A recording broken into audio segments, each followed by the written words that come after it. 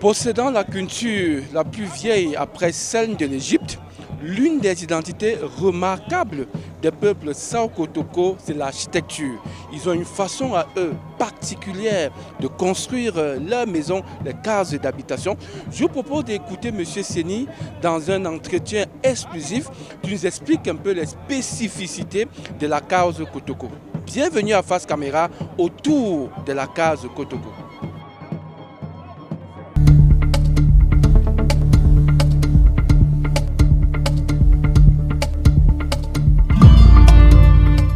Chez nous, c'est les maisons.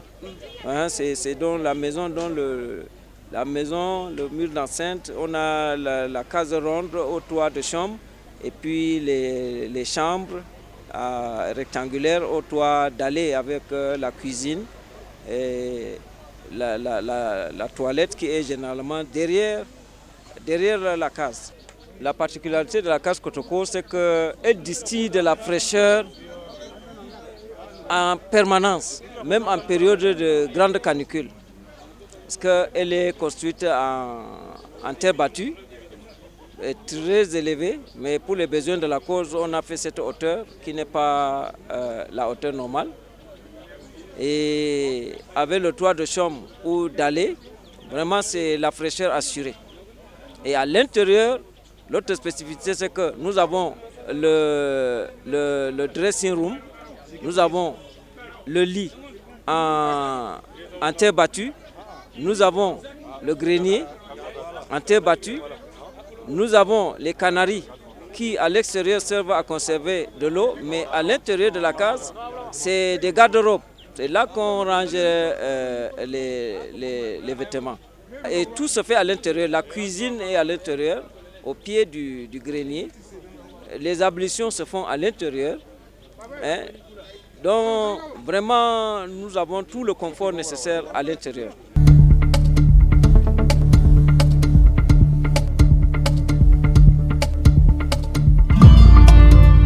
C'est une vase, une boue qui provient des fonds du fleuve Chari, là-bas dans le Logon et Chari. Et nous avons fait venir cette vase-là dans des bidons. Hein, pour avoir, n'est-ce pas, le modèle type que nous avons reproduit ici dans la capitale.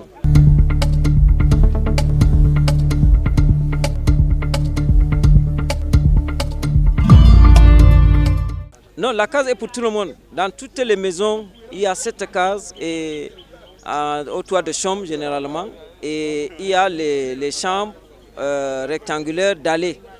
Si bien qu'en période de grande canicule, toute la famille est ici, parce qu'il y fait frais. Et en période de grand froid, en décembre, janvier, février, tout le monde se rabat dans les chambres rectangulaires d'allée.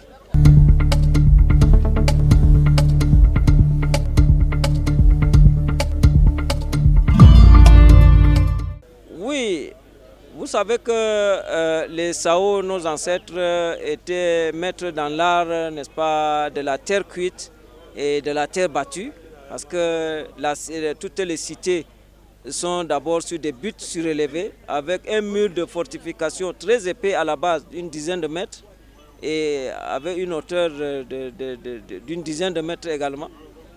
Et il y a encore les vestiges de ces murs de fortification dans certaines localités, comme à Goulfey, à Makari, à Bodo, à Wilki. On a encore les vestiges de cette muraille de fortification construite par les Sao.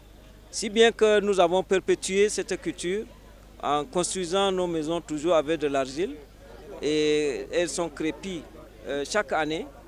Si bien que la solidité, il y a des murs, par exemple nos différents palais, c'est des palais séculaires, mais ils sont toujours là, Et on crépit juste chaque année, on renouvelle le crépissage, donc c'est une couche sur l'autre. Puis dans les palais à la base, parce que c'est également des maisons à étage d'argile, on fait d'abord le rez-de-chaussée et encore on continue le truc.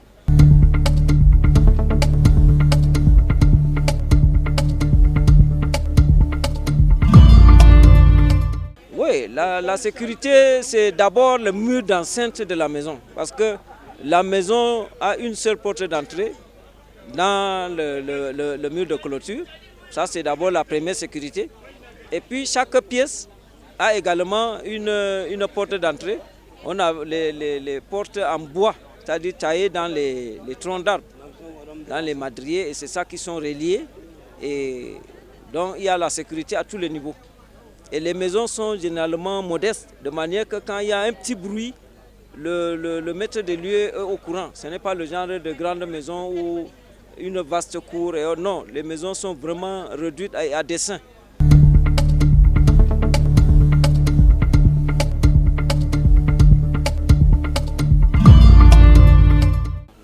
Oui, avec le temps. Déjà, je vous ai fait la transition tout à l'heure. Lorsqu'on est entré dans la modernité, tout ce que vous avez vu à l'intérieur, le dressing room, le lit en terre battue, le grenier, tout le matériel que vous avez sorti pour faire entrer le lit à baldaquin. Vous voyez. Mais nous avons des villages reculés et puis dans nos villages également, il y a la ville nouvelle, mais il y a les cités antiques où il y a encore la culture ancestrale est conservée. Et dans nos villages reculés également, vraiment de ce côté, on n'a pas peur que cela disparaisse. C'est pour faire le shahada. Nous les hommes. La case Kotoko est une case complète. On y retrouve à la fois les espaces, les chambres de coucher, le salon, les espaces de décoration et de distraction. C'est dans cette case que les ancêtres Sao Kotoko ont bâti et forgé ce qui est en train de se transmettre depuis des générations. La ville de Yaoundé, la belle ville aux 7 collines, a ainsi honneur de voir et de témoigner à quoi ressemble cette case qui est aérée. On n'a pas besoin de climatiseurs, de ventilateurs et l'eau qu'on consomme ici est fraîche. Pas besoin d'un réfrigérateur, d'un frigo. On a plutôt des calebasses qui produisent de l'eau naturelle et de très bonne qualité. J'espère que vous avez suffisamment appris sur la case Kotoko, ses spécificités, sa particularité et surtout ce qui fait son charme, cette belle fraîcheur qui réjouit les cœurs.